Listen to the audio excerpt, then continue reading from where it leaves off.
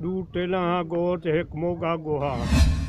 वो ऊनी टिनी दा पानी वाला पिछले मोगे ने चौथे पिछते आज को पिछते सारे दू मोगे 14 मुरबे वो है नवे मुरबे का मोगा वो पानी नहीं ने 3 फुट नहर खटा के दिए ने माँ कमेर रलते बेलदार जो मोगे दे रल कर खटा गए असें दे पानी की सिप्पी दी 28 मुरबे जेके दू सारे मोगे ने गैराबाद पेन जे तोड़ तई मुंड कला ते पान तई वो सारा पानी अगीते पे वेंदे असें दे कोई ढोक नहीं आमदा पिया साल थी गए कोई पानी नहीं आया ना कोई माल को पूरा थी आमदे ना कोई बालें को ना आप को ना तड़ को कोई पानी का ढोक वसेब नहीं बनया साढ़े वास्ते